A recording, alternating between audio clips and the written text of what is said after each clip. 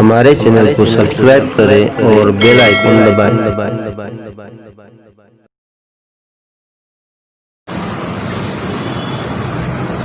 بسم اللہ الرحمن الرحیم۔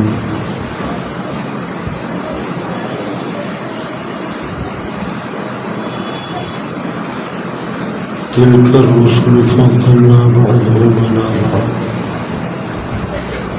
منهم من كلم الله ورفع بعضهم درجات صدق الله مولانا العلي العظيم وبلغنا رسوله النبي الأمين المتين الكريم ونحن على ذلك من الشاهدين والشاكرين والحمد لله رب العالمين۔ معزز محترم علماء ملت اسلامیہ، دیگر حاضرین مجلس، السلام علیکم ورحمۃ اللہ وبرکاتہ۔ ان اللہ وملائکتہ یصلون علی النبی یا ایھا الذین آمنوا صلوا علیہ وسلموا تسلیما۔ اللهم صل على سيدنا مولانا محمد وعلى آله وأصحابه وبارك وسلم صلاة وسلاما عليك يا رسول الله صلى الله تعالى عليه وسلم۔ حضرات گرامی،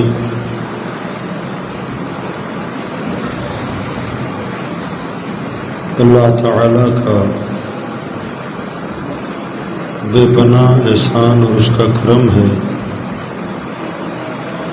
اس خالق کائنات نے ہم کو آپ کو مومن اور مسلمان بنایا۔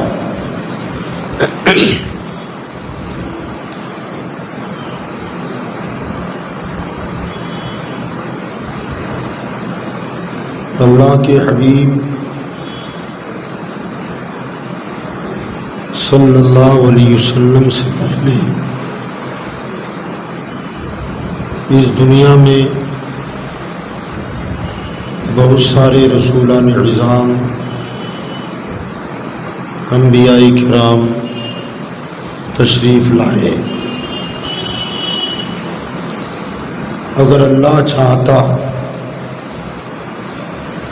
تو ہمیں کسی اور زمانے میں پیدا فرما کر کسی اور نبی کا امتی بھی بنا سکتا تھا، مگر اس خالق کائنات نے کسی اور پیغمبر کی امت میں پیدا فرمانے کے بجائے ہم کو آپ کو اپنے محبوب کی امت میں پیدا فرمایا۔ ہر نبی فضیلت والا ہوتا ہے، انبیاء کرام کے رتبے بڑے بلند و بالا ہیں، مگر تمام نبیوں میں سب سے افضل، سب سے اعلیٰ ہمارے پیغمبر صلی اللہ علیہ وسلم ہیں۔ ہمارے آقا کی ذات تمام نبیوں میں سب سے افضل اور اعلیٰ ہے۔ نبیوں کے مرتبے بلند ہیں۔ نفس نبوت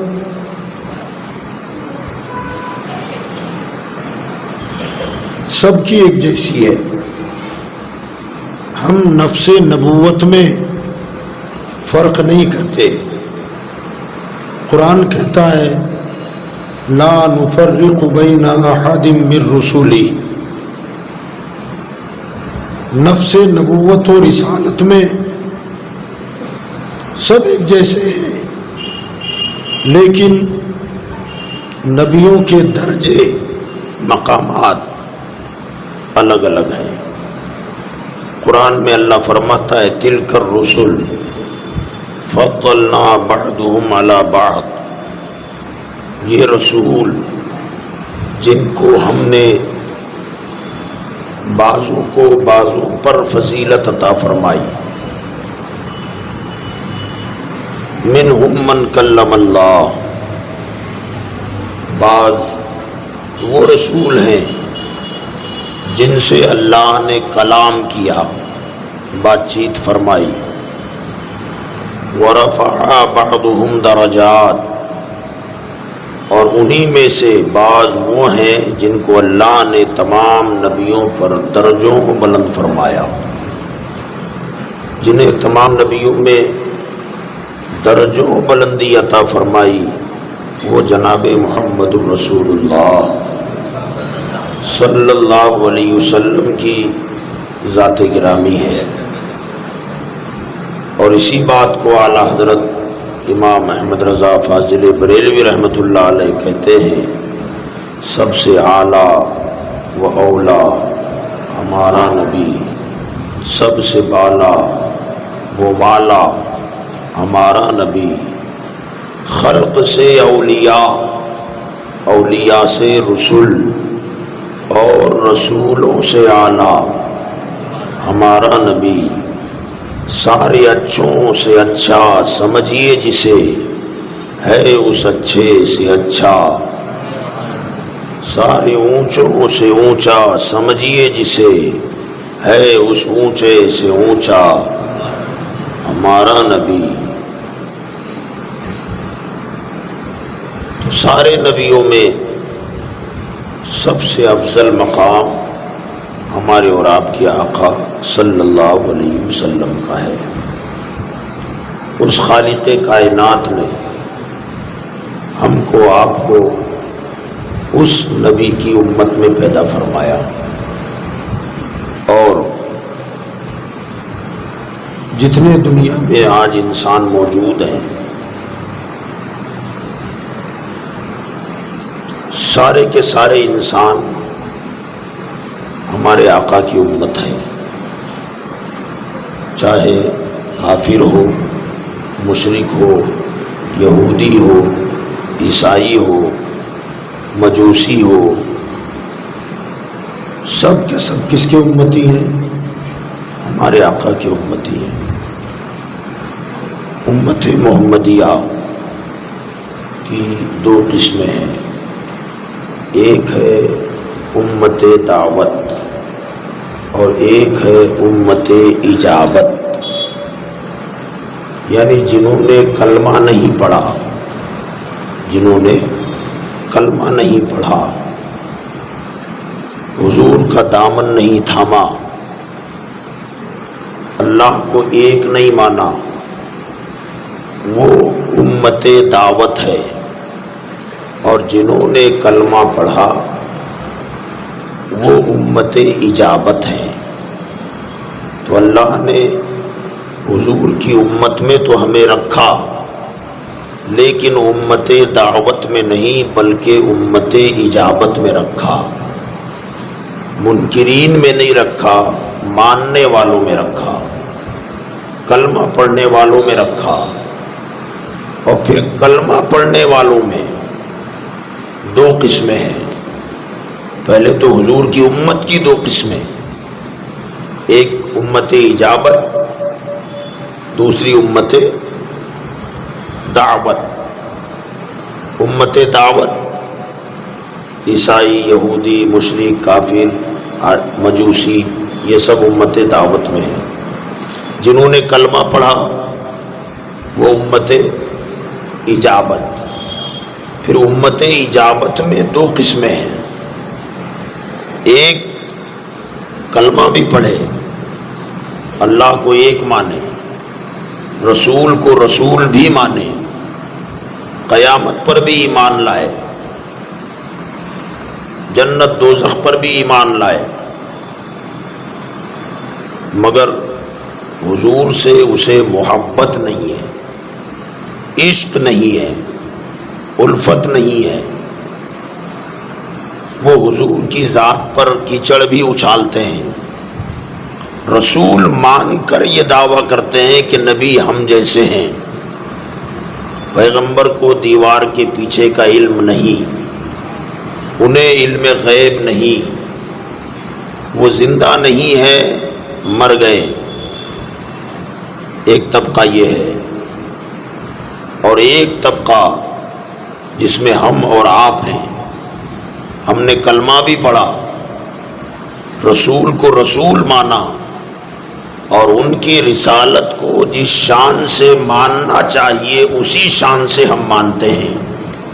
تو اللہ کا شکر ہے کہ اللہ نے کلمہ پڑھنے والوں کی اس پارٹی میں ہم کو نہیں رکھا جو حضور ہی کا مذاق اڑائیں، پیغمبر ہی کو اپنا جیسا کہیں، پیغمبر کو جاہل اور ان پڑھ کہیں۔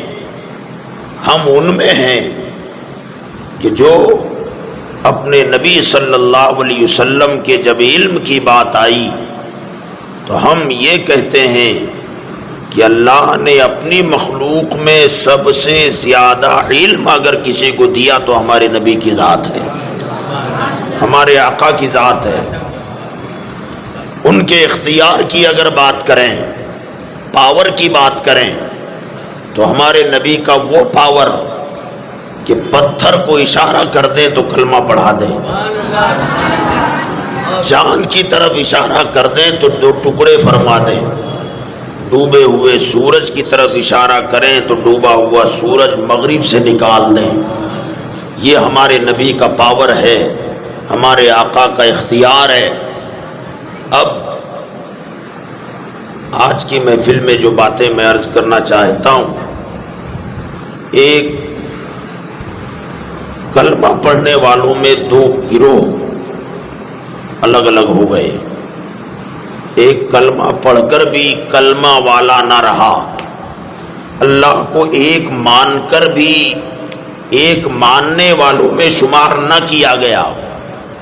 اور یہ میں نہیں کہتا، قرآن کہتا ہے، سنیں آپ، رسول کو رسول مان کر بھی مومن نہ رہا، اللہ کو ایک مان کر بھی مسلمان نہ رہا۔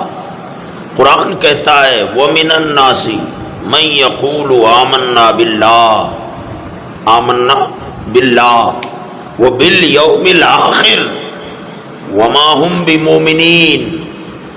اے محبوب، لوگوں میں کچھ لوگ ایسے بھی ہیں جو کہتے ہیں کہ ہم ایمان لائے اللہ پر، ایمان لائے قیامت کے دن پر، وما ہم بمومنین، مگر وہ مومن نہیں ہیں، مگر وہ مومن نہیں ہیں۔ اللہ پر بھی ایمان ہے، قیامت پر بھی ایمان کی بات کرتے ہیں، اور اللہ فرما رہا ہے وما ہم، وہ مومن نہیں ہیں۔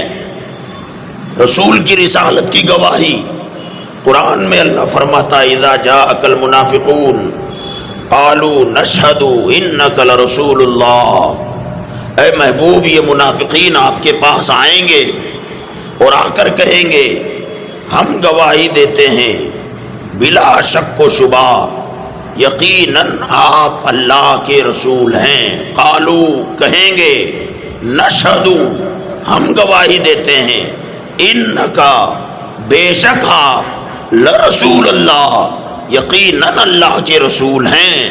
آگے اللہ فرماتا ہے واللہ یعلم انک لرسولہ، اے محبوب آپ کا رب خوب جانتا ہے کہ آپ میرے رسول ہیں، مگر آگے فرمایا واللہ یشہد ان المنافقین لکاذبون، میں خدا ہو کر گواہی دیتا ہوں کہ یہ کلمہ پڑھنے والے منافق جھوٹے ہیں۔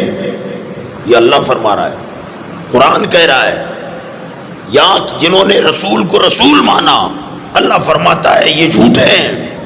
اللہ کو ایک مانا، قیامت پر ایمان لائے، اللہ فرماتا ہے وما ہم بمومنین، وہ مومن نہیں ہے۔ اللہ آگے ارشاد فرماتا ہے یخادعون اللہ والذین آمنوا، یہ بدبخت اللہ کو اور ایمان والوں کو دھوکہ دینا چاہتے ہیں. کلمہ پڑھ کے، نماز پڑھ کے، روزے رکھ کے، حج کر کے، یخادعون اللہ والذین آمنوا، وہ اللہ کو دھوکہ دینا چاہتے ہیں اور ایمان والوں کو، مسلمانوں کو دھوکہ دینا چاہتے ہیں. وما یخدعون الا انفسہم، حقیقت یہ ہے کہ نہ وہ اللہ کو دھوکہ دے سکتے ہیں نہ ایمان والوں کو دھوکہ دے سکتے ہیں. سچائی یہ ہے کہ وہ اپنے آپ کو دھوکہ دے رہے ہیں. والذین آمنوا وما یخدعون الا انفسہم وما یشعرون، یہ کلمہ پڑھنے والے، نماز پڑھنے والے، رسول کو ماننے والے، دعویٰ کرنے والے اللہ کو دھوکہ دینا چاہتے ہیں. اللہ فرماتا ہے وہ خود اپنے آپ کو دھوکہ دے رہے ہیں اور انہیں اپنے دھوکہ دہی کا خود کو شعور نہیں ہے. وَلَٰكِن لَّا يَشْعُرُونَ، انہیں شعور نہیں ہے. وَإِذَا لَقُوا الَّذِينَ آمَنُوا، جب مسلمانوں سے ملاقات کرتے ہیں، ایمان والوں سے ملتے ہیں، قالوا، تو کہتے ہیں آمنا، ہم بھی ایمان والے ہیں، ہم بھی مسلمان ہیں، ہم بھی کلمہ پڑھنے والے ہیں. اللہ آگے ارشاد فرماتا ہے وَإِذَا خَلَوْا إِلَىٰ شَيَاطِينِهِمْ، جب اپنے شیطان ساتھیوں سے اکیلے میں ملتے ہیں، تنہائی میں اپنے لوگوں سے ملتے ہیں. جب ایمان والوں سے ملے تو قالوا آمنا، ہم مومن ہیں، ایمان والے ہیں. وَإِذَا خَلَوْا، اور تنہائی میں، اکیلوں میں، اِلَىٰ شَيَاطِينِهِمْ، اپنے شیطان ساتھیوں سے ملیں تو کیا کہتے ہیں؟ وَإِذَا خَلَوْا إِلَىٰ شَيَاطِينِهِمْ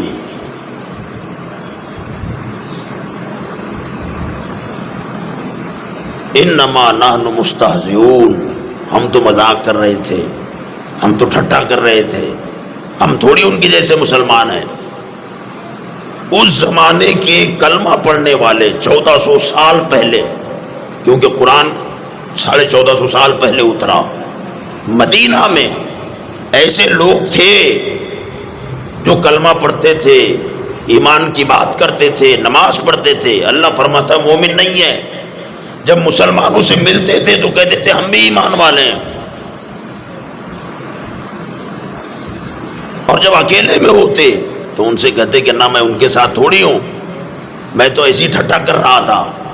اس زمانے میں اللہ فرماتا ہے وَإِذَا قِيلَ لَهُمْ آمِنُوا كَمَا آمَنَ النَّاسِ، جب ان سے کہا جاتا کہ تم بھی ایسے ہی ایمان لاؤ جیسے اور لوگ ایمان لائے. کیسے؟ جیسے ابو بکر ایمان لائے، جیسے عمر ایمان لائے، جیسے عثمان غنی ایمان لائے، جیسے علی مرتضی شیر خدا ایمان لائے، جیسے صہیب رومی اور بلال حبشی ایمان لائے، جیسے عطاس ایمان لائے، جیسے حضرت سلمان فارسی ایمان لائے، ایسے ایمان لاؤ. تو کہتے کیا تھے؟ وَإِذَا قِيلَ لَهُمْ آمِنُوا كَمَا آمَنَ النَّاسِ، اور لوگوں کی طرح ایمان لاؤ. تو کہتے تھے قَالُوا أَنُؤْمِنُوا كَمَا آمَنَ السُّفَهَاءُ، وہ کہتے کیا ہم ایسے ایمان لائیں جیسے یہ بے وقوف ایمان لائے ہیں؟ یہ تو پاگل لوگ ہیں، بے وقوف لوگ ہیں، ہم ذرا عقل والے ہیں تو ہم ان کے جیسا ایمان نہیں لائیں گے.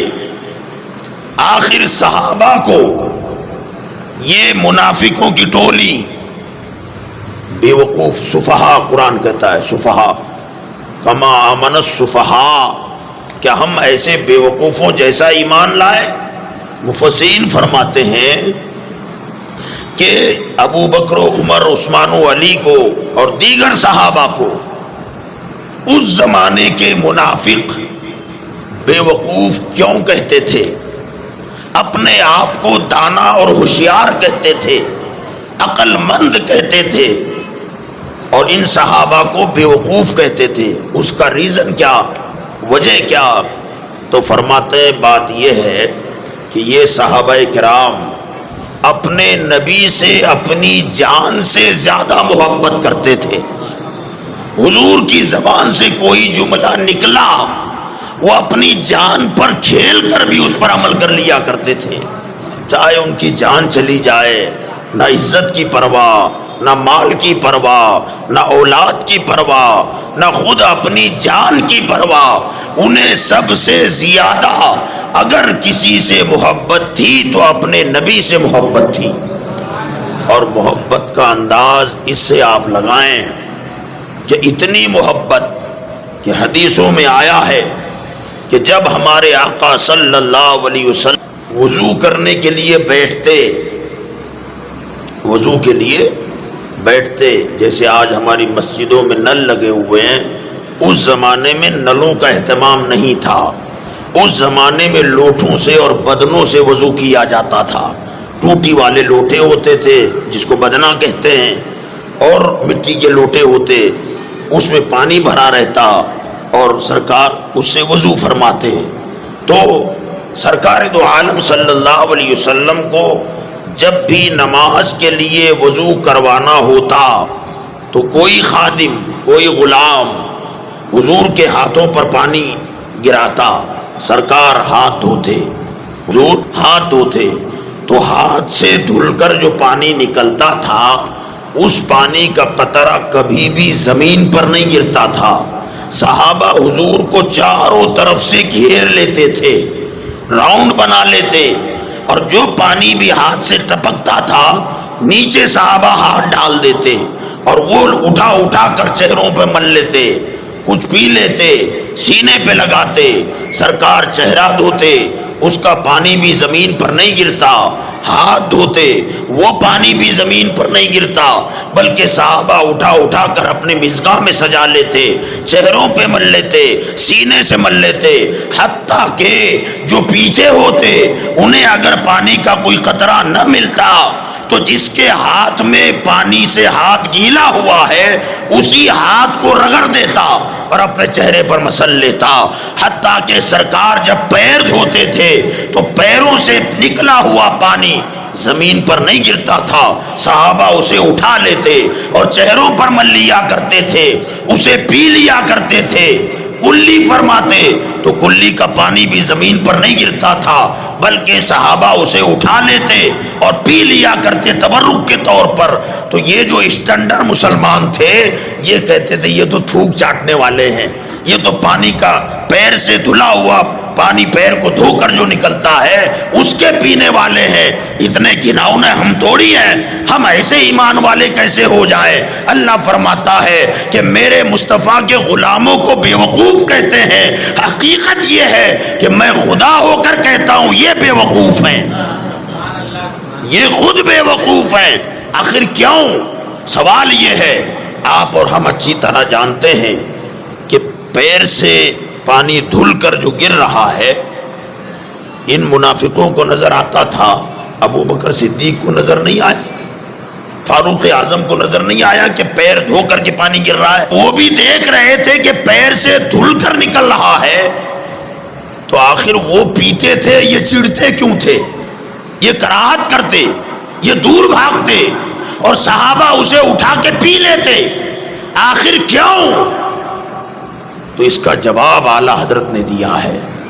امام احمد رضا فرماتے ہیں کہ ان کے تلووں کا دھون ہے آب حیات، ان کے تلووں کا دھون ہے آب حیات، ہے وہ جانے مسیحا، کچھ ہی بولو، ہے وہ جانے مسیحا. یعنی حضور کے تلووں کو دھو کر جو پانی گرتا تھا نکلتا تھا صحابہ اس لیے پیتے تھے کہ صحابہ کا عقیدہ ہے، عقیدہ تھا کہ ان کے تلووں کا دھون خالی آب نہیں ہے بلکہ آب حیات ہے.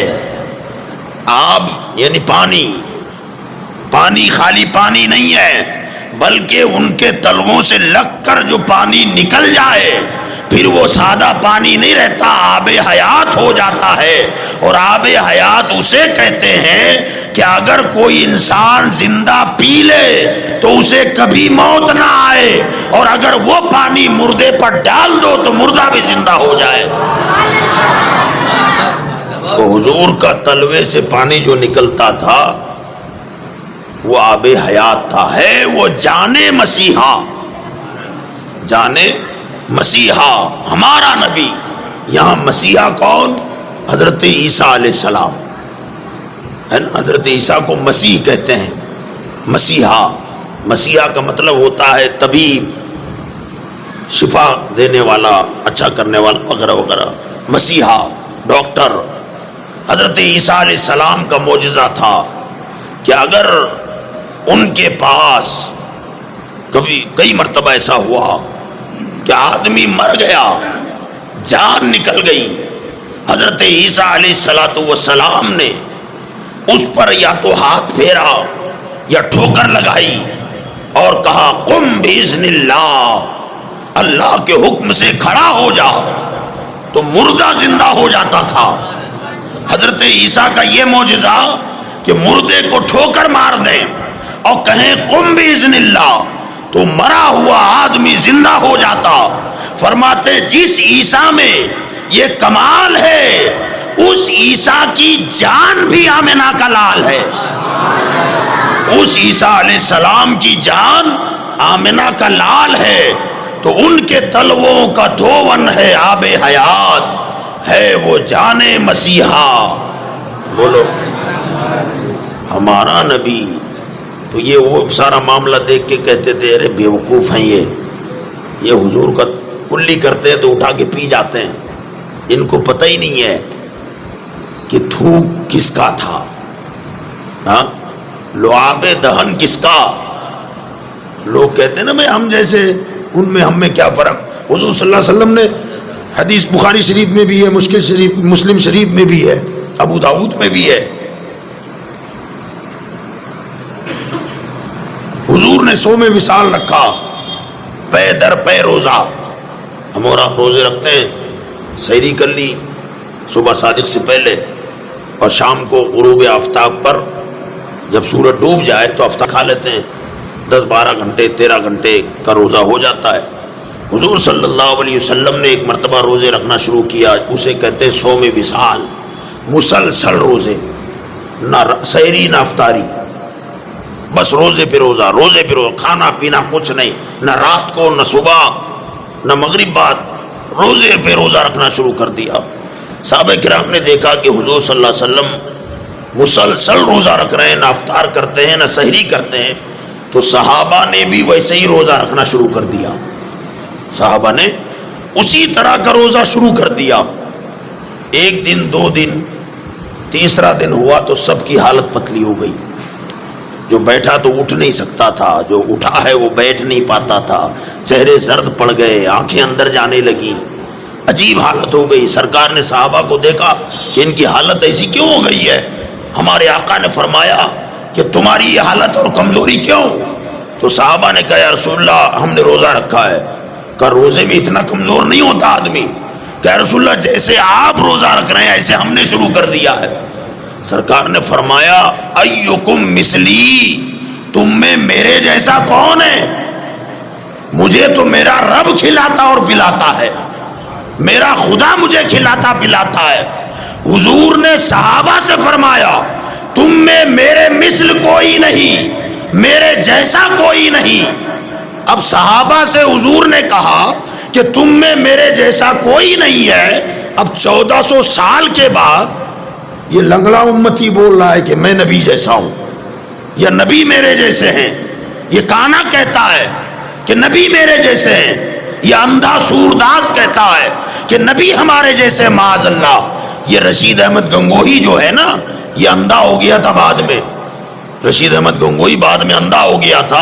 اعلیٰ حضرت نے اسی کو سامنے رکھ کر یہ کہا، اسی نے گستاخیاں کی حضور کے شان میں، نبی ہمارے جیسے ہیں. ایکم مثلی جو ایک طرف رکھ دیا، انا بشر مثلکم والی آیت لے لی. نبی ہم جیسے ہیں، ہمارے بڑے بھائی جیسے ہیں، گاؤں کے سرپنچ جیسے ہیں معاذ اللہ، گاؤں کے مکھیا کی طرح ہیں معاذ اللہ رب العالمین۔ اعلیٰ حضرت فرماتے ہیں پڑی ہے اندھے کو عادت کے شوربے ہی سکھائے، پڑی ہے اندھے کو عادت کہ شوربے ہی سکھائے، بٹیر ہاتھ نہ آئے تو زاغ لے کے چلے، بٹیر ہاتھ نہ آئے تو زاغ لے کے چلے۔ اندھا آدمی جو ہوگا جس کو کچھ دکھائی نہیں دیتا، پلیٹ میں آپ نے گوشت کی ترکاری رکھی ہے، گوشت کی ترکاری رکھی ہے، اور وہ بوٹیاں دوسری طرف ہو تو اندھا بیچارہ کیا دیکھے، جہاں سامنے ہاتھ ڈالے گا شوربے ہی سکھائے گا اور بوٹیاں رہ جائے گی کیونکہ نظر ہی نہیں آ رہی ہیں کہاں ہیں۔ اعلیٰ حضرت فرماتے ہیں پڑی ہے اندھے کو عادت کہ شوربے ہی سکھائے، بٹیر تو سمجھتے ہوں گے آپ، ہے نا، بٹیر ہاتھ نہ آئے تو زاغ لے کے چلے۔ زاغ کہتے ہیں کوے کو، زاغ کسے کہتے ہیں؟ کوے کو کہتے ہیں۔ اس کے ہاتھ میں بٹیر نہیں آیا تو جو مل گیا، کہا کوا ہے تو کہا حلال ہے، فتوی ہی دے دیا۔ انہوں نے فتویٰ دیا، رشید احمد گنگوئی نے فتاوی رشیدیہ اٹھا کر کے دیکھیں گے آپ، اس میں لکھا ہے زاغ معروفہ، جو مشہور و معروف انڈیا کا جو کوا ہے، اس کا کھانا جائز ہے، بلکہ ایک جگہ تو لکھا کارے ثواب ہے، یعنی کوا کھائیں گے تو نیکی ملے گی، ثواب ملے گا، یہ لکھا ہے۔ بہرحال بتا یہ رہا تھا کہ صحابہ کرام میں سرکار نے اعلان فرمایا کہ تم میں میرے جیسا کون ہے؟ کوئی تو صحابی کہتا کہ یا رسول اللہ ہم سب تمہاری طرح ہیں، کیونکہ تم بھی آدم کی اولاد، ہم بھی آدم کی اولاد، تمہارے بھی ماں باپ ہیں، ہمارے بھی ماں باپ ہیں، تمہارے بھی بیوی بچے ہیں، ہمارے بھی دو بیوی بچے ہیں، آپ کی بھی دو آنکھیں ہیں، ہماری بھی دو آنکھیں، آپ کے دو ہاتھ ہیں، ہمارے بھی دو ہاتھ ہیں، آپ کے دو پیر ہیں، ہمارے بھی دو پیر ہیں، آپ کی زبان ہے، ہماری بھی زبان ہے، آپ کے بھی کان ہیں، ہمارے بھی کان ہیں، لہذا ہم میں اور آپ میں فرق کیا ہے؟ مگر وہ صحابی تھے، وہابی نہیں تھے۔ صحابی جانتے تھے کہ دکھ رہی ہیں ان کی آنکھیں، ہماری آنکھیں، مگر ہماری آنکھوں میں اور نبی کی آنکھوں میں بہت فرق ہے۔ وہ فرق یہ ہے کہ ہم صرف اپنی آنکھوں سے مخلوق کو دیکھیں اور مصطفیٰ مخلوق بھی دیکھیں اور خالق کو بھی دیکھیں۔ ہمارے کان صرف ایک فرلانگ دو فرگلانگ کی آواز سنیں، اور مصطفیٰ کے کان وہ ہیں کہ دور و نزدیک کے سننے والے وہ کان لالے، کرامت پہ لاکھوں سلام۔ ہمارے بھی دو پیر ہیں، نبی کے بھی دو پیر ہیں، ہم چلیں تو خالی بازار میں گھومے پھریں، اور مصطفیٰ چلے تو مدینہ میں بھی چلے، مکہ میں بھی چلے، اور جب مرضی ہوئی تو لامکہ میں بھی جا کے آ گئے، عرش سے پرے جا کر کے آ گئے۔ ہمارے بھی ہاتھ ہیں، نبی کے بھی ہاتھ ہیں، مگر ہمارا ہاتھ خالی ہاتھ ہے، اور مصطفیٰ کا ہاتھ ایسا ہے اگر اٹھ گیا تو سورج کو ڈوبا ہوا تھا پلٹا کے رکھ دیا، چاند کے دو ٹکڑے کر کے رکھ دیا۔ ہمارے بھی ہاتھ ہیں، مگر ہم اگر چاہیں اس سے کچھ نکلے تو سوائے خون کے کچھ نہ نکلے، اور جب نبی نے چاہا تو اسی ہاتھ سے پانی کے چشمے نکال دیے۔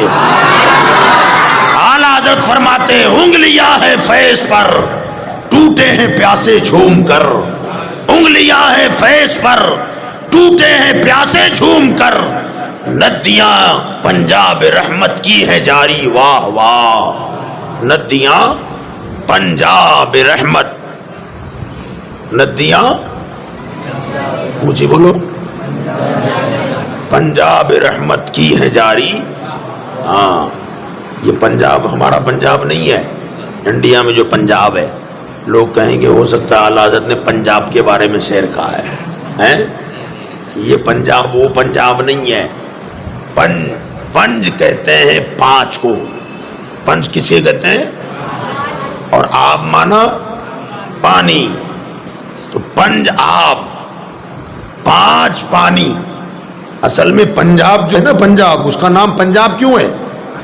اس لیے کہ وہاں پانچ بڑی بڑی ندیاں بہتی ہیں، بڑی ندیاں پانچ بہتی ہیں، اس لیے اسے پنجاب کہا جاتا ہے۔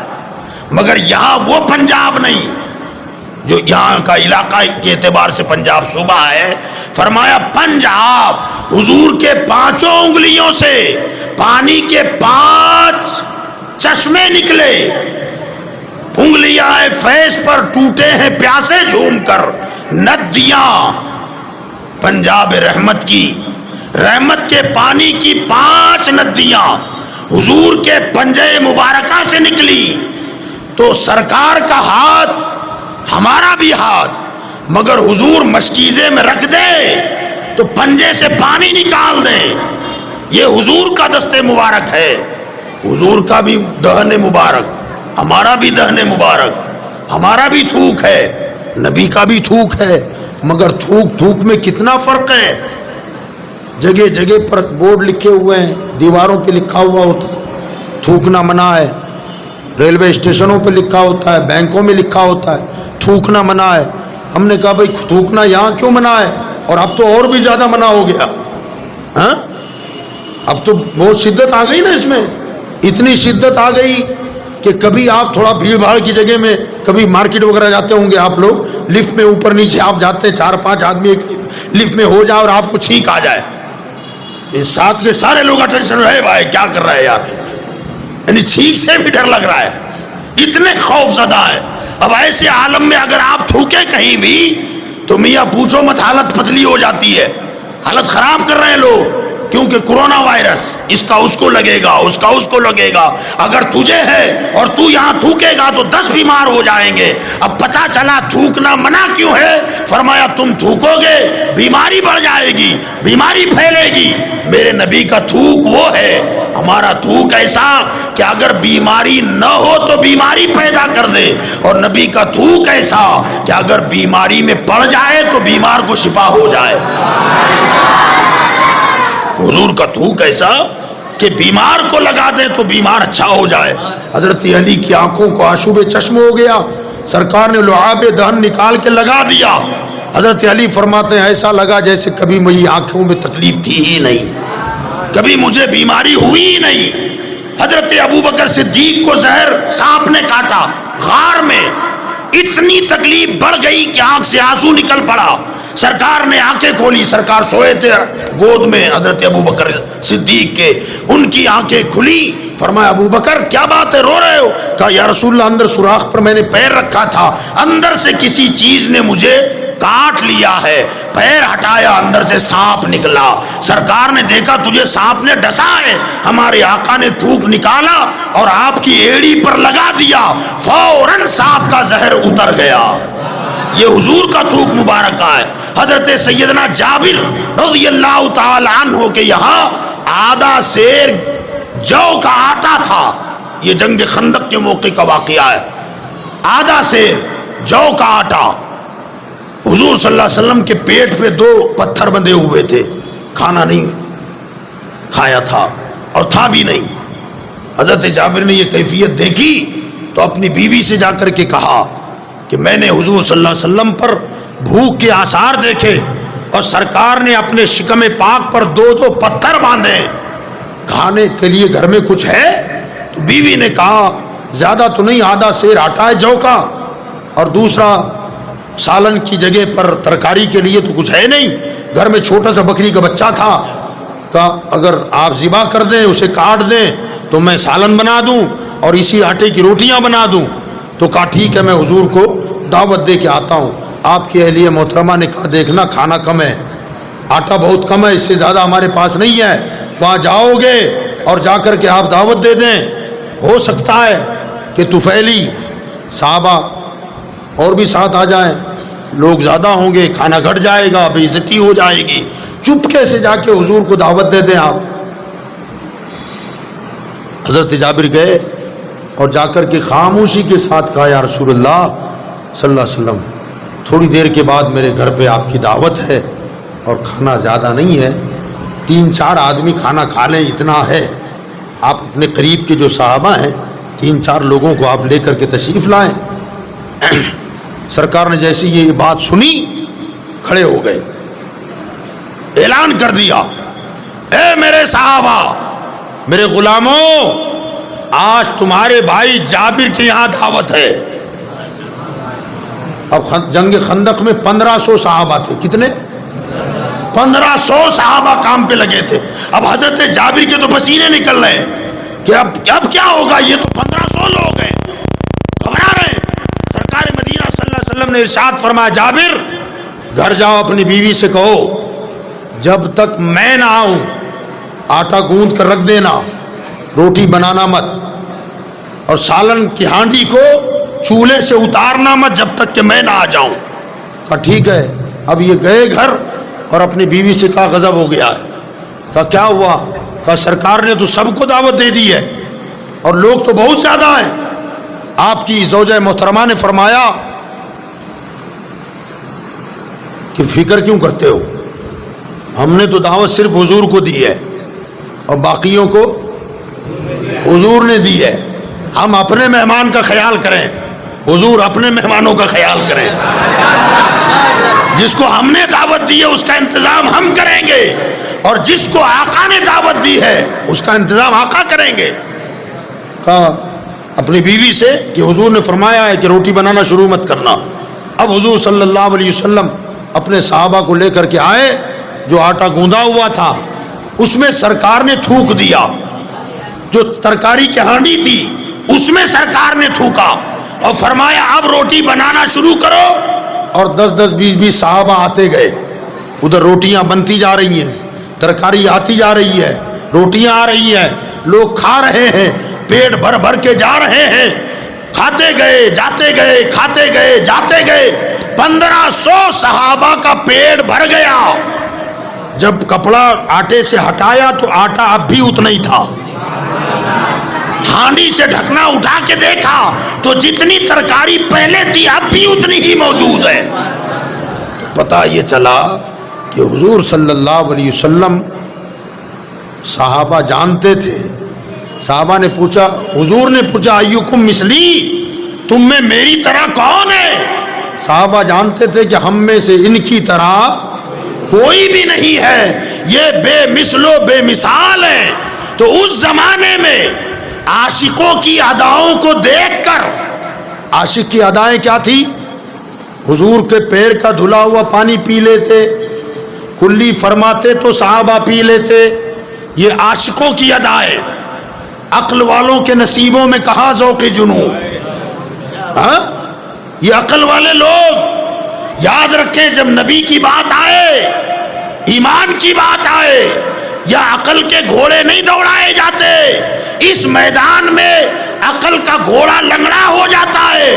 اس میدان میں عشق کے گھوڑے پر سواری کرو تو کامیابی مل جاتی ہے. اقبال نے کہا تھا عقل والوں کے نصیبوں میں کہاں ذوق جنوں، عشق والے ہیں جو ہر چیز لٹا دیتے ہیں. عشق والے ہیں جو ہر چیز لٹا دیتے ہیں.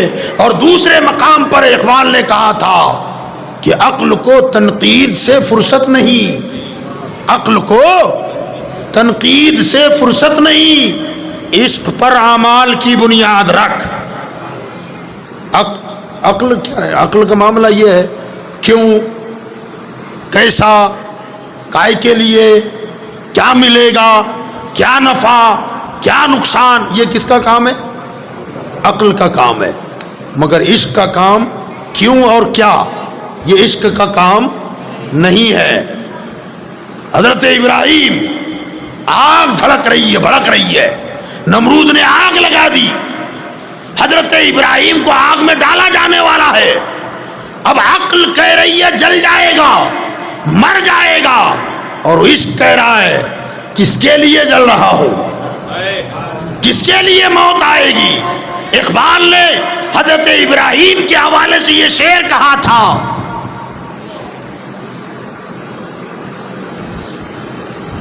کہ عقل ہے میں وہ تماشائے لبے بام ابھی. عشق نے آگے بڑھ کر چھلانگ لگا دی اور عقل ابھی سوچتی رہی جان جائے گی، جل جاؤں گا، مر جائے گا، یہ ہوگا وہ ہوگا، مگر عشق آگے بڑھا اور عقل کو پیچھے چھوڑ کر چھلانگ لگا دیا۔ اب چھلانگ لگانا عاشق کا کام تھا، جس کے نام پہ چھلانگ لگایا اس نے کہا یا نار کونی بردوں و سلام علی ابراہیم، اے آگ میرے ابراہیم کے لیے سلامتی والی اور ٹھنڈی ہو جا۔ آگ گلے گلزار ہو گئی۔ تو اقبال کہتے ہیں مانا کہ دل کے پاس رہے پاسبان عقل، مانا کہ دل کے پاس رہے پاسبان عقل، لیکن کبھی کبھی اسے تنہا بھی چھوڑ دے، لیکن کبھی کبھی عقل اور عشق دونوں ساتھ ساتھ چلتے ہیں۔ وہ ہوتا ہے دل کے پاس، عقل مند آدمی نفع اور نقصان دیکھتا ہے، مگر عاشق نفع نقصان نہیں دیکھتا، وہ تو خالی محبوب کی رضا دیکھتا ہے، وہ خالی محبوب کی رضا دیکھتا ہے کہ میرے محبوب کی جو مرضی ہوگی، اب اس میں کیا نفع اور کیا نقصان ہے اس سے مجھے کوئی مطلب نہیں ہے۔ تو میں بتا یہ رہا تھا کہ یہ عاشق لوگ تھے صحابہ، حضور کلی کرتے تو اٹھا کے پی جاتے، ہاتھ میں لے کے جو ہے تو پی جاتے، پیر سے پانی نکلتا اسے اٹھا کر پی جایا کرتے تھے، اور یہ اپنے آپ کو عقل مند کہنے والے کراہت کرتے، نفرت کرتے، کہتے تھے یہ بیوقوف ہیں، تھوک چاٹتے ہیں، کلی کا پانی پیتے ہیں، پیر کا دھلا ہوا پانی پیتے ہیں۔ آج بھی اسی کیٹیگری کے لوگ جب ہم کو دیکھتے ہیں کہتے ہیں بیوقوف لوگ ہیں، یہ پاگل ہو گئے، پورے محلے میں جھنڈے لگا دیا، پورے محلے میں لائٹ لگا دیا، روزانہ اتنا خرچہ کرتے ہیں، بیوقوف لوگ ہیں، اپنے آپ کو عقل مند کہتے ہیں۔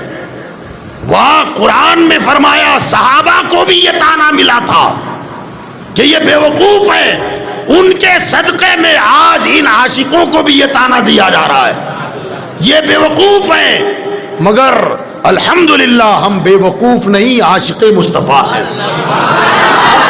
ہم عاشق رسول ہیں۔ وہ کہتے ہیں مال ضائع ہو رہا ہے، مال برباد ہو رہا ہے، فضول خرچی ہو رہی ہے، اتنا پیسہ لٹا رہے ہو، اتنی دعوتیں ضیافتیں کروا رہے ہو، اتنی نیازیں کر رہے ہو۔ ہم کہتے ہیں نادان، نفع نقصان تو دے، ہم تو صرف مصطفیٰ کا نام دیکھیں گے۔ حضور کے لیے جتنا ہو سکتا ہے کرتے چلے جاؤ، کرتے چلے جاؤ، قبول کرنا ان کا کام ہے، ان کے نام پہ لٹانا ہمارا کام ہے۔ میرے بھائیوں، بزرگوں اور دوستوں، یاد رکھیں وہاں صحابہ سے کہا گیا کہ یہ بیوقوف لوگ ہیں، آج ہم سے کہا جا رہا ہے کہ بیوقوف ہیں، اتنا خرچہ کرتے ہیں مگر یہ نہیں سوچتے کہ کس کے لیے کر رہے ہیں۔ عقل کا کام نہیں ہے، یہاں عشق کا کام ہے، یہاں عشق کا کام ہے، عشق کا اور محبت۔ اللہ اکبر۔ نفع نقصان کیا بتائیں، جنگ بدر کے موقع پر حضور صلی اللہ علیہ وسلم 313 صحابہ کو لے کے گئے، تلواریں بھی 2 تھیں، ایک روایت میں آیا 6 تلوار، 313 لوگوں میں 6 تلوار، اور سواری کے لیے صرف 2 گھوڑے،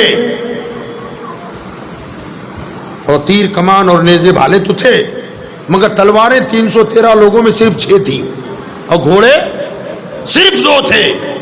جب میدان بدر میں آئے اور ادھر سے دشمن کا لشکر آیا تو دشمن کا لشکر تھا 1000۔ صحابہ نے دیکھا کہ یہ میرے غلام گھبرا نہ جائیں، 1000 کا لشکر دیکھ کر کہیں دل میں یہ نہ سوچے کہ سرکار نے ہمیں موت کے منہ میں ڈھکیل دیا۔ سرکار صحابہ کے پاس آئے اور آ کر کے ارشاد فرمایا میرے غلاموں، تم دیکھ رہے ہو دشمن کی تعداد تم سے کئی گنا زیادہ ہے، تم 313 ہو، ادھر 1000 ہیں، اب بتاؤ کرنا کیا ہے؟ اگر تم کہو واپس جانا ہے تو واپس چلتے ہیں، تم کہو لڑنا ہے تو بھی لڑتے ہیں۔ صحابہ میں سے حضرت ابوبکر صدیق کھڑے ہوئے کہ یا رسول اللہ، ہم سے آپ پوچھ رہے ہیں کہ کیا کرنا ہے؟ سرکار نے فرمایا ہاں چونکہ دشمن کی تعداد بہت زیادہ ہے اس لیے پوچھ رہا ہوں کیا کرنا ہے, لڑنا ہے یا نہیں. ابو بکر صدیق نے کہا یا رسول اللہ ہم سے پوچھو مت, کرنا کیا ہے, خالی آرڈر کریں, حکم دے. یہ تو 1000 کا لشکر ہے. میں خدا کی قسم کھا کے کہتا ہوں کہ اگر آگ کا دریا ہو اور آپ کہیں ابو بکر اپنے بال بچوں سمیت آگ کے دریا میں چھلانگ لگا دے تو خدا کی قسم میں چھلانگ لگا دوں گا. یہ عشق ہے, یہ محبت ہے, یہ پیار ہے. وہ تو اپنے بال بچوں سمیت حکم مصطفیٰ پر آگ کے دریا میں چھلانگ لگانے کے لیے تیار. عقل والا کرے گا نہیں, عقل کو تنقید سے فرصت نہیں. عشق پر اعمال کی بنیاد رکھ. عقل والوں کے نصیبوں میں کہاں ذوق جنو, عشق والے ہیں جو ہر چیز لٹا دیتے ہیں. عشق والے ہیں جو ہر چیز لٹا دیتے ہیں. اور کسی نے کہا تھا سکندر خوش نہیں لوٹ کر دولت زمانے کی. سکندر بادشاہ گزرا ہے نا, پوری دنیا فتح کرنے کا نشہ تھا اس کو, دنیا فتح کر لوں گا. کسی نے کہا تھا سکندر خوش نہیں لوٹ کر دولت زمانے کی. قلندر متاع ہستی لٹا کر رقص کرتا ہے. ہاں سمجھ رہے, سکندر خوش نہیں لوٹ کر دولت زمانے کی. قلندر متاع ہستی, مال تو مال ہے, جان دے کر بھی رقص کرتا ہے, رقص کرتا ہے, ناچتا ہے, اچھلتا ہے کہ کیا میرے محبوب کے کام تو آ گئی. یہ لٹا کے خوش ہوتا ہے, وہ لوٹ کے خوش ہوتا ہے. تو لوٹنے والے اور ہیں, لٹانے والے اور ہیں. اپنے پیارے کے لیے لٹاتے ہیں, اللہ کے محبوب کے لیے لٹاتے ہیں. اور ایسا لٹانا ان کو جب پسند آتا ہے تو پھر خدا کی قسم وہاں قیمت نہیں دیکھی جاتی, وہاں قیمت نہیں دیکھی جاتی, عقیدت دیکھی جاتی ہے, محبت دیکھی جاتی ہے. یہاں مجھے واقعہ یاد آ گیا اکبر کا. اکبر بادشاہ ایک مرتبہ شکار کے لیے نکل پڑا. اور ظاہر بات ہے بادشاہ تھا تو نکلتا تھا بڑے تھام جھام کے ساتھ, کھانا پانی مرغے بکرے وغیرہ سارا سب تیاری کے ساتھ بادشاہ تھا. کئی خادم ساتھ لے کے, کئی نوکر چاکر فوجی سپاہی بھی ساتھ ہوتے تھے. شکار کے لیے نکلا. اب جس پر ساز و سامان تھا کھانے پینے کے اشیاء وہ لوگ تو رکے رہے. اتفاق ایسا ہوا کہ اسے جنگل میں ہرن نظر آیا. اب وہ گولی سے تو شکار ہوتا نہیں تھا, تیر والا مسئلہ تھا. اب یہ اپنے گھوڑے پر سوار اور اسے نشانہ لگانا چاہتا ہے اور ہرن تیزی سے دوڑ رہا ہے. اس کا پیچھا کرتے کرتے کرتے جہاں اس کے کھانا پانی لے کر بیٹھے تھے غلام خادم, ان سے کافی دور نکل گیا, میلوں نکل گیا جنگل میں. اور گرمی کا موسم, چلچلاتی دھوپ, اب فاصلہ ہو گیا, چھوٹ گیا کھانا پانی. اور گرمی کی وجہ سے دوڑتے دوڑتے تھک گیا, پیاس لگی. اب پانی تو ہے نہیں, جنگل ہے. اس نے ادھر ادھر نظر ڈالی کہ یار کہیں تو کچھ پانی مل جائے. میں بہت دور نکل گیا شکار کے چکر میں, فاصلہ زیادہ ہو گیا. وہ اپنی پیاس بجھانے کی خاطر ادھر ادھر نظریں دوڑا رہا ہے تو دور جنگل میں ایک جھونپڑا اسے نظر آیا. اس نے سوچا کہ چلو وہاں چلتے ہیں, وہاں پانی ضرور ہوگا. وہاں وہ گھوڑا لے کے پہنچا تو وہاں جھونپڑے کے پاس چارپائی بچھی تھی اور اس پر جو کسان تھا کھیتی باڑی کرتا تھا وہ بیٹھا ہوا ہے. یہ اکبر گیا گھوڑے پر اور جا کر کے کہا بھائی پانی ملے, پیاس لگی ہے. اس نے دیکھا, اب ظاہر بات ہے بادشاہ کا رنگ روپ کپڑا لتا دیکھ کر آدمی سمجھ ہی جاتا ہے, بڑے گھرانے والا آدمی, غریبوں کی حالت الگ ہوتی ہے.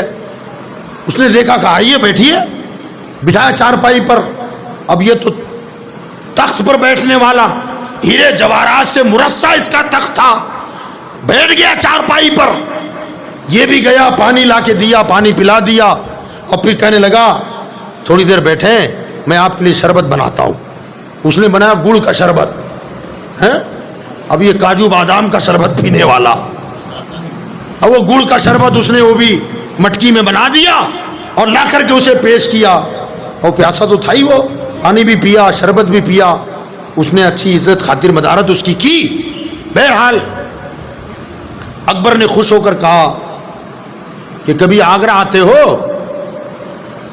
اس نے کہا کبھی کبھار آ جاتا ہوں، کبھی کبھار، بس جنگل میں کام کرتا ہوں، کھیتی باڑی کرتا ہوں، کھیڑا ککری گاجر مولی وغیرہ نکالتا ہوں اور اسی سے اپنا گزران چلاتا ہوں۔ کبھی کبھار جب سبزی زیادہ ہو جاتی ہے تب لے کر میں آگرہ کی مارکیٹ میں آتا ہوں، سبزی منڈی میں، وہاں کچھ سبزی وبزی بیچتا ہوں، کبھی کبھار آنا ہوتا ہے۔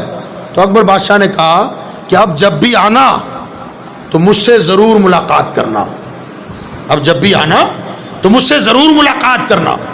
تو کہا یار آگرہ تو بہت بڑا ہے، تمہیں کہاں ڈھونڈیں گے، ہم کہاں تلاش کریں گے، ایڈریس تو دے دو، پتہ تو بتاؤ۔ تو کہا رہے ہمارا نام اکبر ہے، کسی کو پوچھ لینا کوئی بھی بتا دے گا۔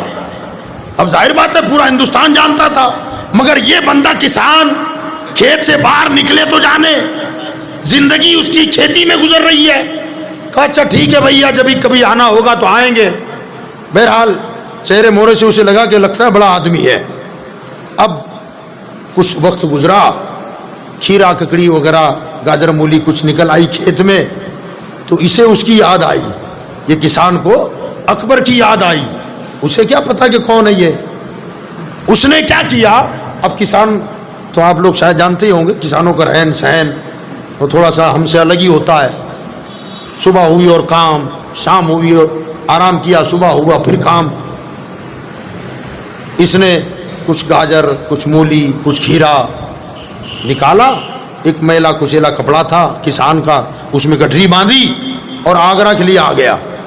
آگرہ آنے کے بعد اب وہ پرانا دوست بلایا تھا نا اکبر نے، وہاں لوگوں سے پوچھ رہے ہیں اکبر وا کا مکان کہاں ہے، اکبر وا کہاں رہتا ہے؟ اکبر وا کون؟ ارے کہ بھائی لمبا چوڑا، منہ سیدھی بڑی بڑی، گھوڑے پہ بیٹھا ہوا تھا، تلوار نیزہ وغیرہ لگا ہوا تھا، اکبر وا۔ تو ہوش کر کیا بول رہا ہے تو؟ وہ جلال الدین اکبر ہے، جلال الدین کہتے ہیں اسے، ہندوستان کا بادشاہ ہے۔ اب یہ تو ٹھہرا کسان دیہاتی آدمی، بولا ہوگا تمہارا بادشاہ میرا دوست ہے اکبر وا۔ چھوڑو یہ دیوانہ لگتا ہے۔ لوگوں نے بتایا آگے جاؤ، وہ بڑا روڈ پکڑ کے نکلو، سیدھا نکلو، آگے جاؤ گے، سیدھا وہ بڑھتا چلا گیا۔ اب راستے میں سب سے پوچھتا جا رہا ہے، پوچھتے پوچھتے کسی نے جی بالکل محل کے سامنے، اب اکبر کا محل قلعہ بنا ہوا ہے، وہاں فوج کھڑی ہوئی ہے، سپاہی کھڑے، وہاں جا کے پوچھ رہا ہے فوجی سے اکبر وا کہاں ہے؟ تو کہا کون اکبر وا؟ کہا ادھر والے بندے نے یہی ایڈریس دیا تھا، کہا یہی مکان ہے۔ کہا وہ اکبر وا مت بول، جلال الدین شہنشاہ اکبر بول۔ کہا ہوگا تمہارا، ہمارا دوست ہے وہ۔ کہا نا ایسی اجازت نہیں ملے گی، پرمیشن نہیں ملے گا، بڑے بڑے لوگ آتے ہیں، لائن لگتی ہے، جب تک اندر سے پرمیشن نہ ملے کسی کو باریابی کی اجازت نہیں ہے۔ تو نے کہا جا کے اندر بولو تو، ہم کو انتظار نہیں کروائے گا، ہمارا دوست ہے وہ۔ اب اس کی دیوانے پن کو لوگوں نے دیکھا، ایک سپاہی اندر گیا، کہ بادشاہ سلامت، وارشی فرشی سلام ٹھوکا، کہ بادشاہ سلامت کو ایک دیوانہ آیا ہے، بار بار کہہ رہا ہے کہ آپ کا دوست ہے، آپ کا دوست ہے۔ بادشاہ نے کہا کہاں سے آیا ہے؟ کہ فلاں فلاں دیہات سے آیا ہے، لگتا ہے کہ بالکل دیہاتی آدمی ہے۔ کہا اس نے آخر میں یہ کہا تھا کہ جنگل میں اس نے آپ کو شربت پلایا تھا کبھی گڑ کا۔ تو کہا اچھا وہ، بلا اس کو، جلدی کرو اندر بلاؤ۔ بادشاہ کو وہ بات یاد آ گئی، وہ بیچارہ کسان اندر گیا۔ اب یہ تو بڑے شان کے ساتھ اپنے تخت پر بیٹھا تھا، شاہی ٹھاٹ کے ساتھ، یہ تو بالکل سادہ طبیعت کے لوگ ہوتے ہیں، یہ لوگ بالکل سادہ مزاجی کے ساتھ اندر گیا اور جا کہتا او یار اکبر بھائی، آپ تو بڑے مالدار آدمی نکلے، بہت دولت ہے آپ کے پاس، تو کر لو، میں تمہارے بچوں کے لیے کھیرا ککڑی لے کے آیا ہوں۔ اور رکھ دیا تخت کے اوپر، بالکل میلا کپڑا، گاجر مولی کا گٹھری تھی اتنی بڑی۔ تو اس نے کہا اچھا تمہارے میرے بچوں کے لیے لائے ہو؟ کہا تم بھی کھاؤ، اپنے بچوں کو کھلاؤ، بالکل تازہ ہے، ایسے مارکیٹ میں نہیں ملے گی، باسی ہو جاتی ہے آتے آتے، میں بالکل ابھی لے کر کے آ رہا ہوں۔ اس نے کہا ٹھیک ہے، بیٹھو بیٹھو آرام سے۔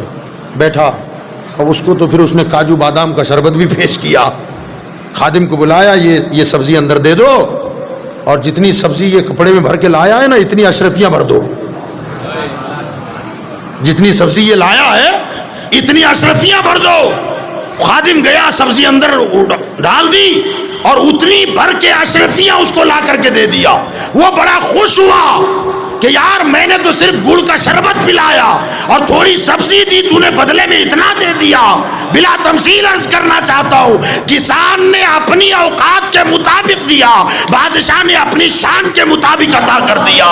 اے میلاد النبی منانے والوں، اپنے نبی کے نام پر ہم اپنی طاقت کے مطابق خرچ کریں گے اور مدینے والا اپنی شان کے مطابق عطا کرے گا۔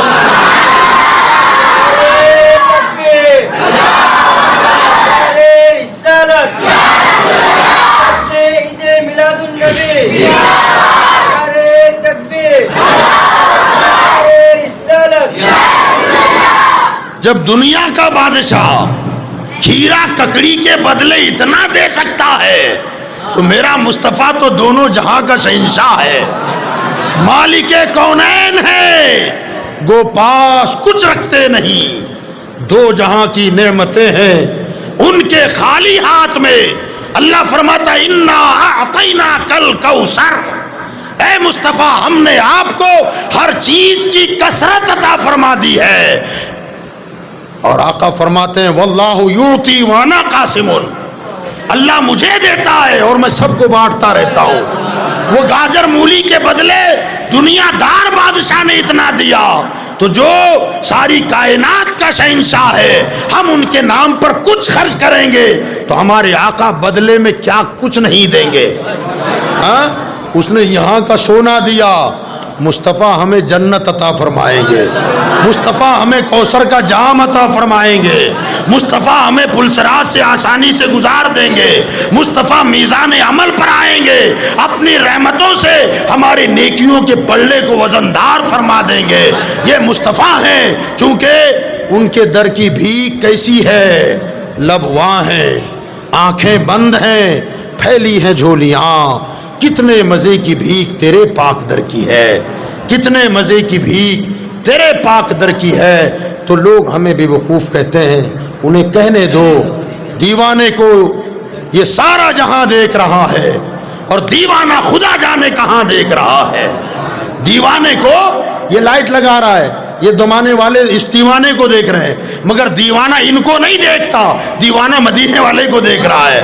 میں ان کے لیے نہیں لگا رہا ہوں، مدینے والوں کے لیے لگا رہا ہوں، میں نیاز کر رہا ہوں، میں ان کے لیے نہیں کر رہا ہوں، میں مدینے والے کے لیے کر رہا ہوں۔ دیوانے کو یہ سارا جہاں دیکھ رہا ہے اور دیوانہ خدا جانے کہاں دیکھ رہا ہے۔ دیوانے کو دیوانہ نہ سمجھنا لوگو، دیوانہ بہت سوچ کے دیوانہ بنا ہے۔